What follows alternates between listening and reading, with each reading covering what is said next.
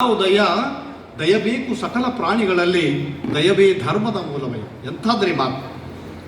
ಅಹಿಂಸೆಯ ಪರಾಕಾಷ್ಠೆಯನ್ನು ಬೋಧನೆ ಮಾಡಿರ್ತಕ್ಕಂಥ ಯಾವುದಾದ್ರೂ ಧರ್ಮ ಇದ್ರೆ ಅದು ಬಸವ ಧರ್ಮ. ಹಾಗಾಗಿ ಇದು ಜಗದ ಧರ್ಮ.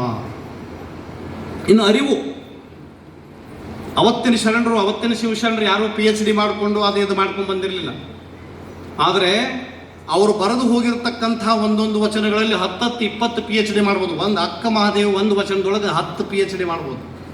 ಇದನ್ನು ಯಾಕೆ ಮಾತು ಹೇಳ್ತೇನೆ ಅಂದರೆ, ಜ್ಞಾನ, ಬಸವಾದಿ ಶರಣರು ನೀಡಿರ್ತಕ್ಕಂಥ ಬಹು ದೊಡ್ಡ ಪ್ರಾಮುಖ್ಯತೆಯ ಚಿಂತನೆ ಅಂದರೆ ಜ್ಞಾನ.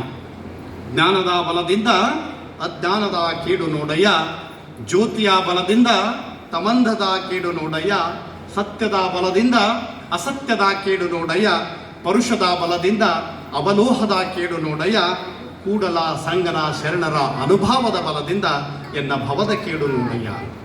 ಅರಿವು, ಆಚಾರ, ಅನುಭವ, ಇದು ಶರಣ ಧರ್ಮದ ಉತ್ತುಂಗದ ತತ್ವಗಳು, ಸಿದ್ಧಾಂತಗಳು ಅಂತಕ್ಕಂಥ. ಬಸವಣ್ಣನವರು ಇನ್ನೊಂದು ವಚನ ಅರಿವಿನ ಬಗ್ಗೆ ಬಹಳ ಸುಂದರವಾಗಿರ್ತಕ್ಕಂಥ ವಚನ, ವೈಜ್ಞಾನಿಕವಾಗಿರ್ತಕ್ಕಂಥ ವಚನ. ಬಹಳಷ್ಟು ಸಾರಿ ನಾವು ಶಶಿಕಾಂತ್ ಅಣ್ಣವರು ಮಾತಾಡ್ತಿರ್ತೀವಿ, ವಚನಗಳನ್ನು ಕೇವಲ ವೈಚಾರಿಕ ಚಿಂತನೆಗಳಿಂದ ನೋಡ್ತಕ್ಕಂಥ ಪ್ರಯತ್ನವನ್ನು ನಾವು ಮಾಡಿದ್ದೇವೆ ಹೊರತು ವಚನಗಳಲ್ಲಿರ್ತಕ್ಕಂಥ ವೈಜ್ಞಾನಿಕ ಚಿಂತನೆಗಳ ಬಗ್ಗೆ ನಾವು ತಲೆ ಕೆಡಿಸಿಕೊಳ್ಳಿಲ್ಲ. ಬೆಳೆವ ಭೂಮಿಯಲ್ಲೊಂದು ಪ್ರಳಯದ ಕಸ ಹುಟ್ಟಿ. ಕೃಷಿ ವಿಜ್ಞಾನದಲ್ಲಿ, ನಾನು ಕೃಷಿ ವಿಜ್ಞಾನ ಅಲ್ಪ ಸ್ವಲ್ಪ ಓದಿದವನು, ಕೃಷಿ ವಿಜ್ಞಾನದಲ್ಲಿ ಬೆಳೆವ ಭೂಮಿ, ಅಲ್ಲಿ ಮಣ್ಣು ವಿಜ್ಞಾನ ಅಂತ ಒಂದು ವಿಭಾಗ ಬರ್ತದೆ. ಬೆಳೆವ ಭೂಮಿ ಅಂದರೆ ಫರ್ಟೈಲ್ ಆ್ಯಂಡ್ ಪ್ರೊಡಕ್ಟಿವ್ ಸಾಯಿಲ್ ಅಂತ ಹೇಳ್ತೀವಿ ನಾವು ಅದನ್ನು. ನೋಡ್ರಿ, ಬಸವಣ್ಣ ಒಂದು ಶಬ್ದದೊಳಗೆ ಬೆಳೆಯುವ ಭೂಮಿ ಎಷ್ಟ ಹೇಳ್ಬಿಟ್ಟ. ನಮ್ಮ ವಿಜ್ಞಾನದೊಳಗೆ ಫರ್ಟೈಲ್ ಸಾಯಿಲ್, ಪ್ರೊಡಕ್ಟಿವ್ ಸಾಯಿಲ್ 10 ಸಾಲು ಉದ್ದ ಡೆಫಿನೇಷನ್, ವ್ಯಾಖ್ಯಾನ ಅದಕ್ಕೆ.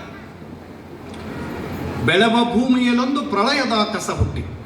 ನಾ ಆಗಲೇ ಹೇಳಿದೆ ನಿಮಗೆ, ಇದು ಬಹಳ ಫಲವತ್ತಾಗಿರ್ತಕ್ಕಂಥ ದೇಹ, ಈ ಮನಸ್ಸು ಅತ್ಯಂತ ಉತ್ಕೃಷ್ಟವಾಗಿರ್ತಕ್ಕಂಥದ್ದು. ಆದರೆ ಇಲ್ಲಿ ದುರ್ವಿಚಾರಗಳು, ದುಶ್ಚಿಂತನೆಗಳು ಹಂಗೆ ಕಸ ಹುಟ್ಟಿದಂಗೆ ಹುಟ್ಟಿರ್ತಾವೆ. ಯಾರು ರೈತರು ಹೋಗಿ ಬೀಜ ಬಿತ್ತಿ ಬರ್ತಾರೆ ಹೊರತು ಕಸ ಯಾರು ಬಿತ್ತಿ ಬರೋದಿಲ್ಲ, ಹೌದಲ್ಲ? ಕಸ ಬಿತ್ತಿವರಿ ಯಾರಾದರೂ ಇಲ್ಲ.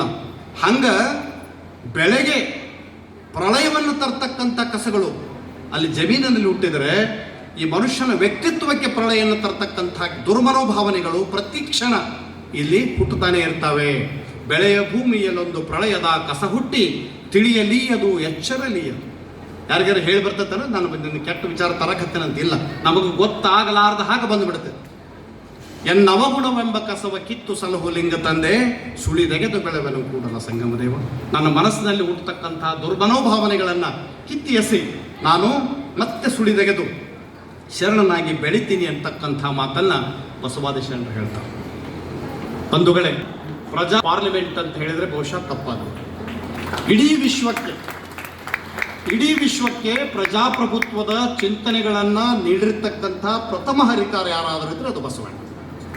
770 ಸಮಾಜದ ವಿವಿಧ ಭಾಗಗಳಿಂದ ಬಂದಿರತಕ್ಕಂಥ ಶರಣರು ಅನುಭವ ಮಂಟಪದ ಪಾಲುದಾರರಾಗಿದ್ದರು. ಯಾವುದೇ ಸಂಕೋಚವಿಲ್ಲದೆ ತಮ್ಮ ಮನಸ್ಸಿನಲ್ಲಿರ್ತಕ್ಕಂಥ ವಿಚಾರಗಳನ್ನು ಮಂಡನೆ ಮಾಡಿ, ಪರಾಮರ್ಶಿಸಿ, ತಾರ್ಕಿಕಕ್ಕೆ ತಟ್ಟಿ ಅವತ್ತು ಸಮಾಜಕ್ಕೆ ಬೇಕಾಗಿರ್ತಕ್ಕಂಥ ಚಿಂತನೆಗಳನ್ನು ಚರ್ಚೆ ಮಾಡತಕ್ಕಂಥ ಮುಕ್ತ ಅವಕಾಶ ಅನುಭವ ಮಂಟಪದಲ್ಲಿತ್ತು. ಇವತ್ತು ಕೂಡ ನಮ್ಮಲ್ಲಿ ಪಾರ್ಲಿಮೆಂಟು ಅಥವಾ ಅಸೆಂಬ್ಲಿನಲ್ಲಿ ಪ್ರಶ್ನೆ ಕೇಳಬೇಕಂದ್ರೆ MLA ಅವರು, MLCಗಳು ಪ್ರಶ್ನೆಗೆ ಮೊದಲ ಅರ್ಜಿ ಹಾಕಬೇಕು. ಬಸವಣ್ಣನ ಅನುಭವ ಮಂಟಪದಲ್ಲಿ, ಅಲ್ಲಮ ಪ್ರಭುವಿನ ಅನುಭವ ಮಂಟಪದಲ್ಲಿ ಯಾರೂ ಅರ್ಜಿ ಹಾಕುವಂತ ಕೈ ಎತ್ತಿದ್ರೆ ಬರ್ರಿ ಅಂತ ಹೇಳಿ. ಇದು ಅನುಭವ ಮಂಟಪ. ಅಲ್ಲಿ ನೋಡ್ಬೇಕು ನೀವು, ಬಸವಣ್ಣನ ಅನುಭವ ಮಂಟಪ ಯಾಕೆ ಶ್ರೇಷ್ಠ. ಅಲ್ಲಿ ಕುಲಜ ಅಂತಜ ಅಂತಕ್ಕಂಥ ಕುಲಭೇದವಿರಲಿಲ್ಲ.